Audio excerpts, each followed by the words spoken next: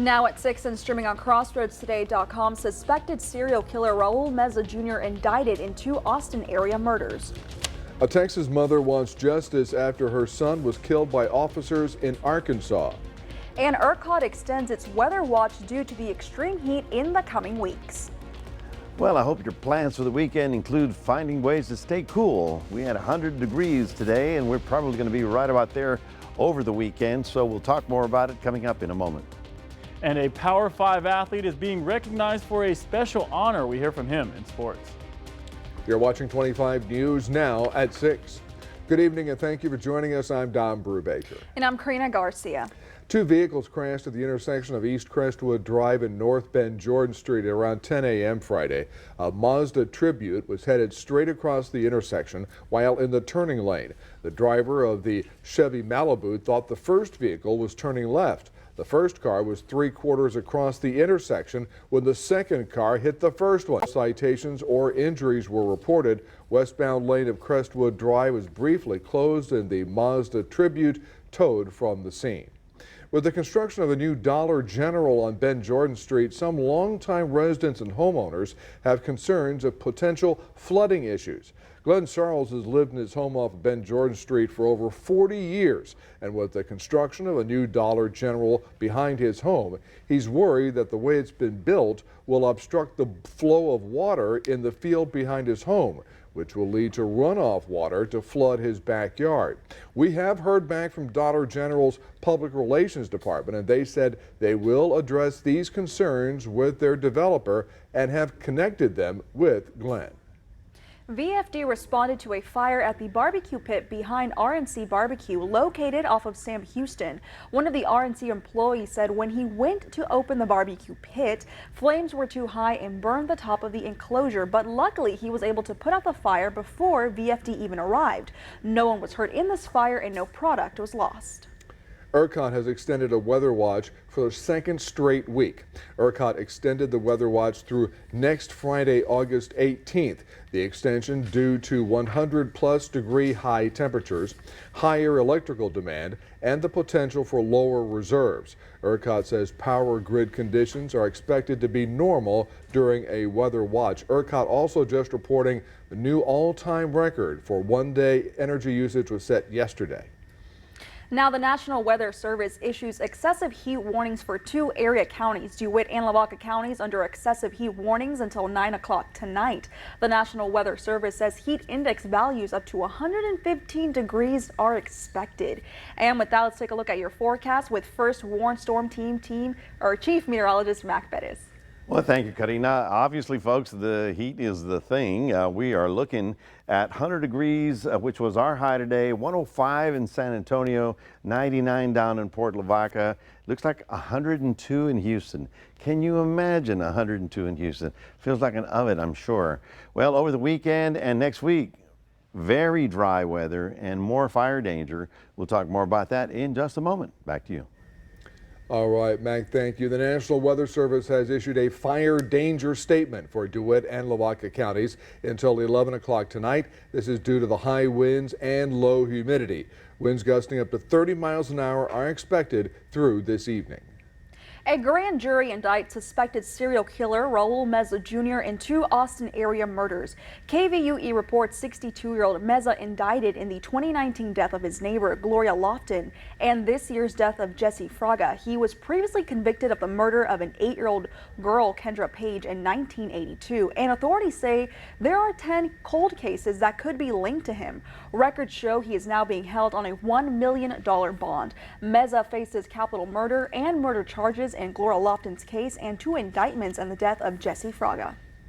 An Arkansas family wants answers after a father of 4 was shot and killed by police. The mother is from Texas and says all she wants is justice.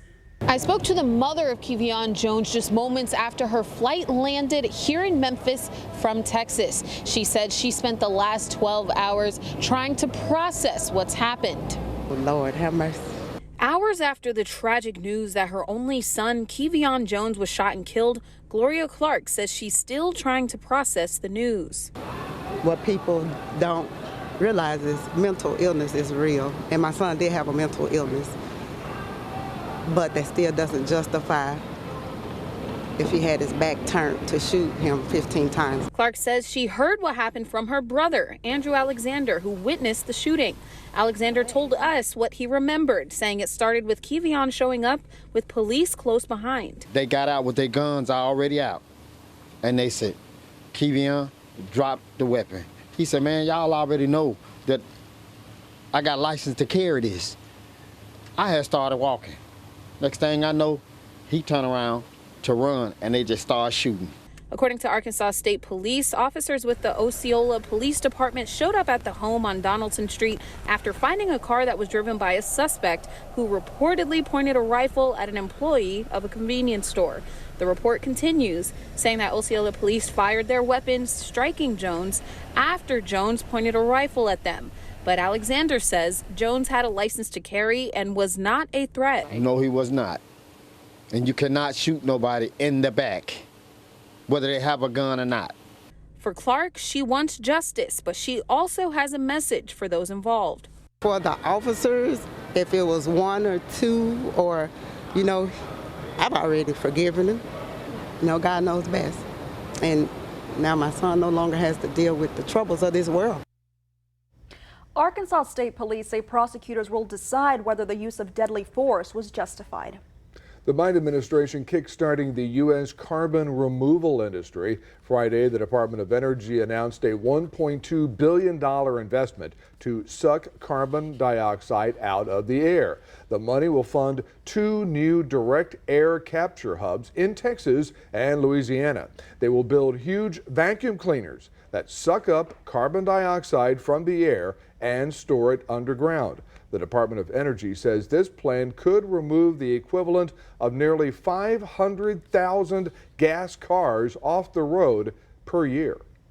Monday and Tuesday, Ben Wilson Street will close between Airline Road and Red River Street so that crews can begin erecting a clock tower at UHV.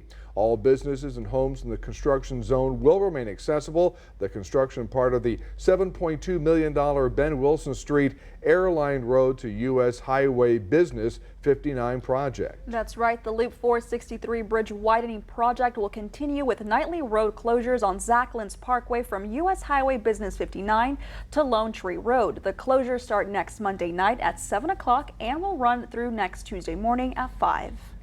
Remember to subscribe to our YouTube channel, Crossroads Today. Hit the like button and click the notification bell. Then you can see Crossroads Today on YouTube. And stay with us. Coming up on 25 News now at 6.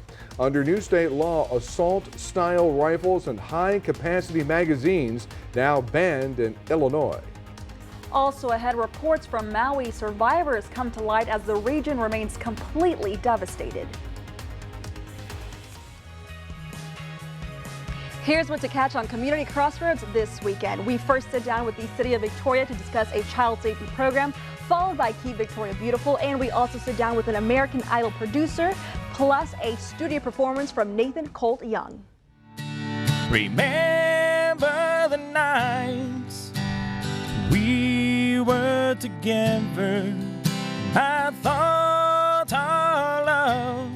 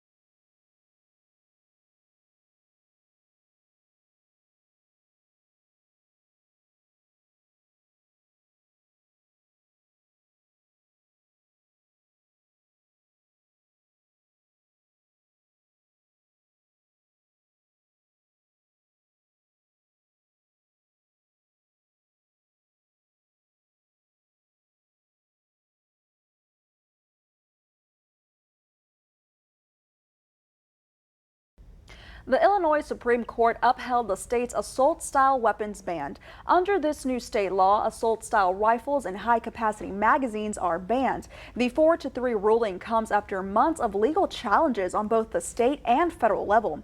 Those who already own such weapons face limitations on their sale and transfer and have to have them register by 2024. That legislation was proposed about 6 months after the July 2022 Highland Park, Illinois mass shooting.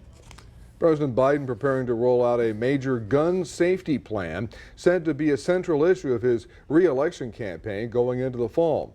White House sources say executive action is expected to take steps to expand background checks for gun purchases.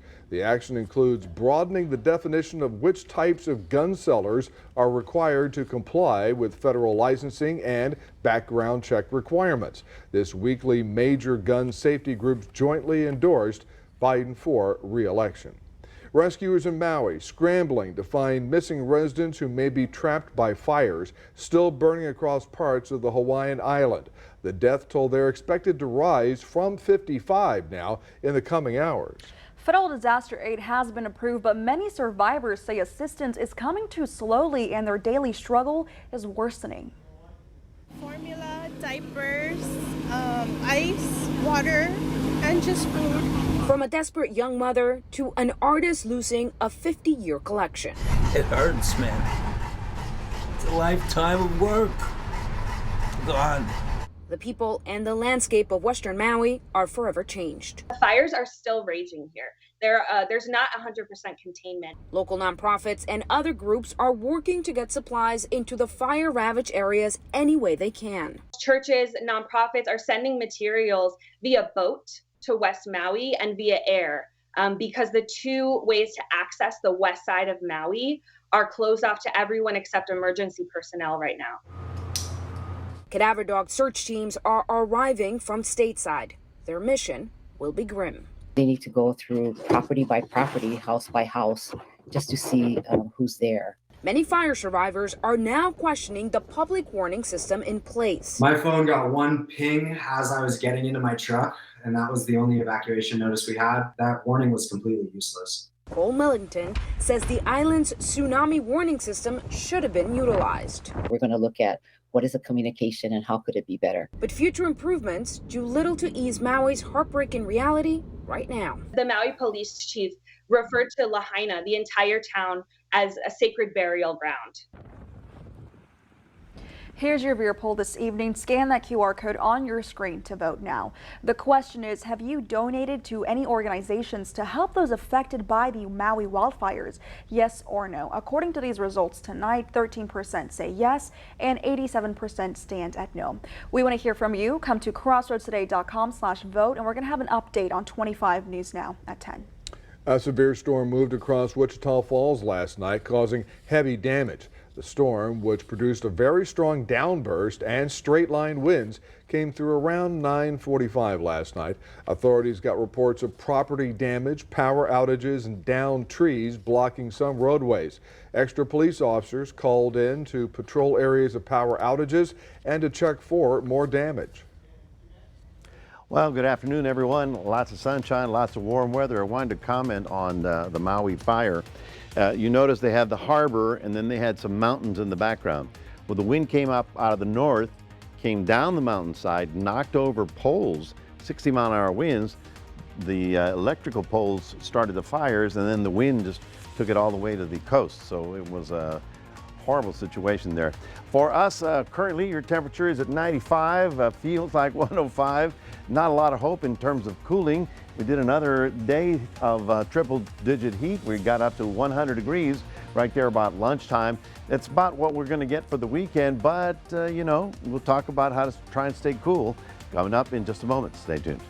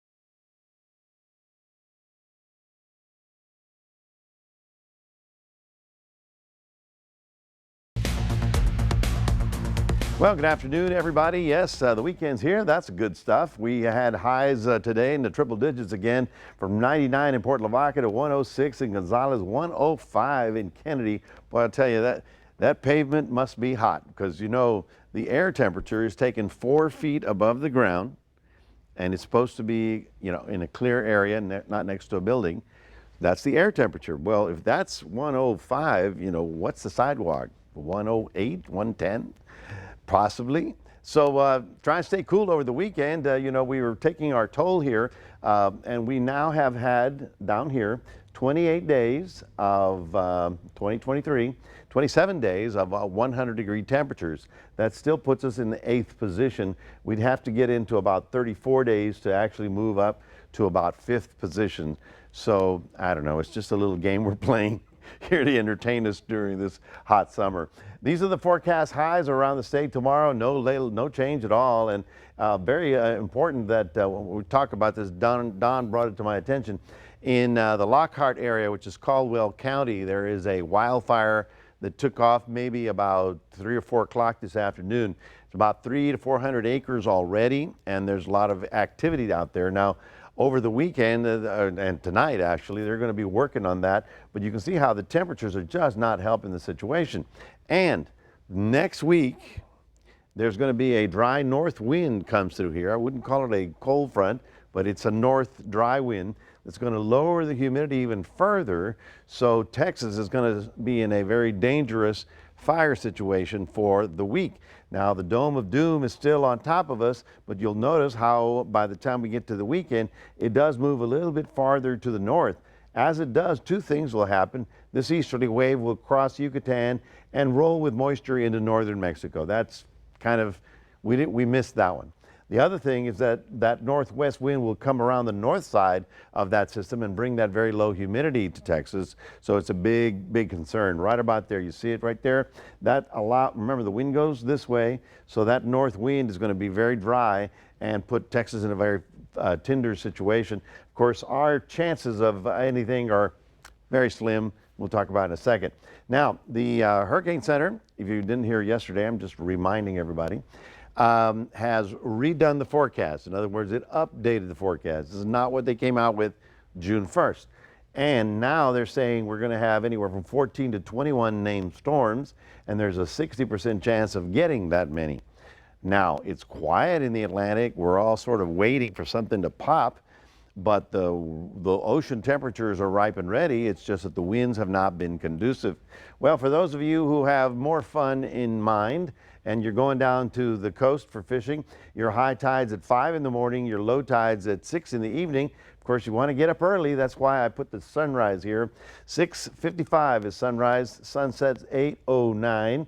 We're looking for gusty winds in the afternoon hours, and that will make your bays a little on the slightly choppy side. So your forecast for day planner for Port Lavaca, starting off at 84, getting up to 96. For Cuero, we're starting off at 82 in the morning, getting up to 103. And for all of us in the Crossroads, we're dealing with 100-degree temperatures, 101, 102 right on through the weekend. By the time we get to Monday, Tuesday, we pick up a slight 20% chance of an isolated little afternoon shower. That is your 7-day forecast. Reminding everybody we do have a QR code. Please scan that and put Crossroads Today on your phone. Here's Karina. Thank you, Mac. And now here's Sports Director Gina Perez. Thanks, Karina. The Victoria native is back on the gridiron and in the brightest lights. We see how the Patriots, and the Texans did after the break.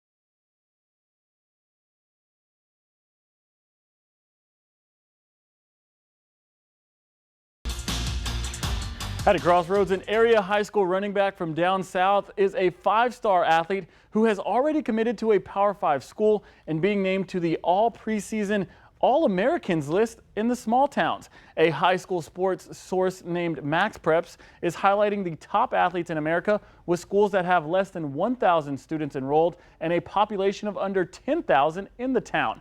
5 Texans made the list, including Tidehaven running back Joseph Dodds. The Baylor commit rushed for over 1,600 yards and 12 touchdowns last season. The Tigers have high aspirations this year and tough matchups like tonight's scrimmage against the Shiner Comanches.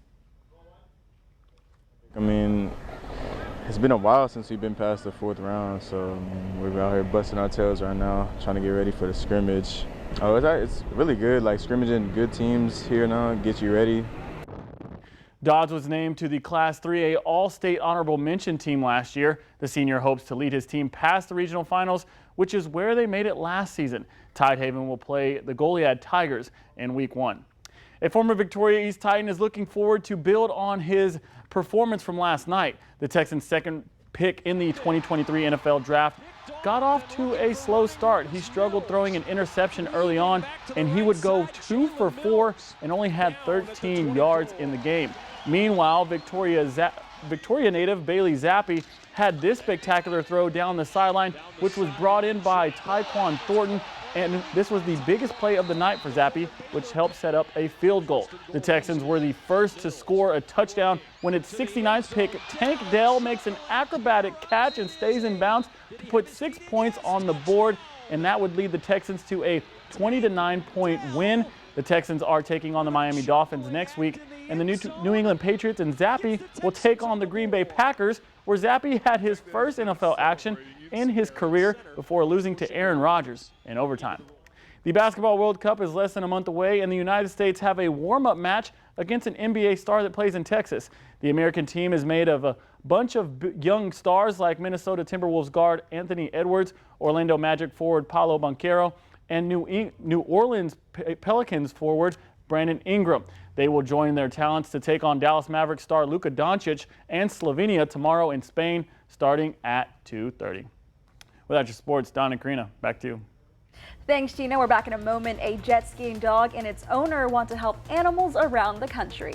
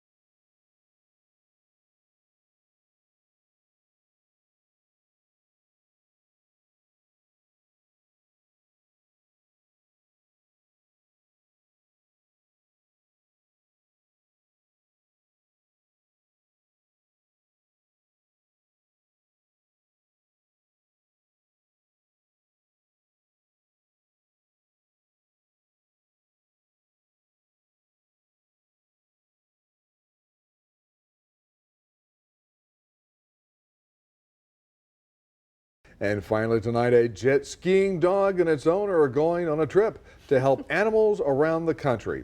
Ollie is taking his talent and using it to raise money for no-kill shelters across the country. He's making a 500-mile trip. There he is, down the Ohio River from Pittsburgh to Cincinnati. They're hoping to get $5 million in donations and accomplish a couple of other goals. Look at that. Ollie Oh, that's go. going to be fun. Look at him go. Getting out there. Hey, go, With Ollie. his shark life jacket. Yes. He'll be What a driving babe. that thing pretty soon. Yes. Meg, would you say that this weekend's hot weather would be good jet skiing weather or not? Oh, absolutely. Yeah. Underwater is a great place to be this weekend. I'm telling you. You know, with a little straw going, oh, I can breathe. But Ollie's going to be having a good time. And if you need to go jump in the pool, let's do it, folks. It's a perfect summer weekend for that. We continue with the 100-degree temperatures. That's not going to change for another 3 or 4 weeks. So as best you can, try and stay cool. 20% chance of a few little afternoon showers, hopefully coming in early next week. That's your forecast. Have a great weekend. All right. Thank you, Mac. You too. And thanks for joining us. We hope to see you back here tonight for 25 News Now at 10.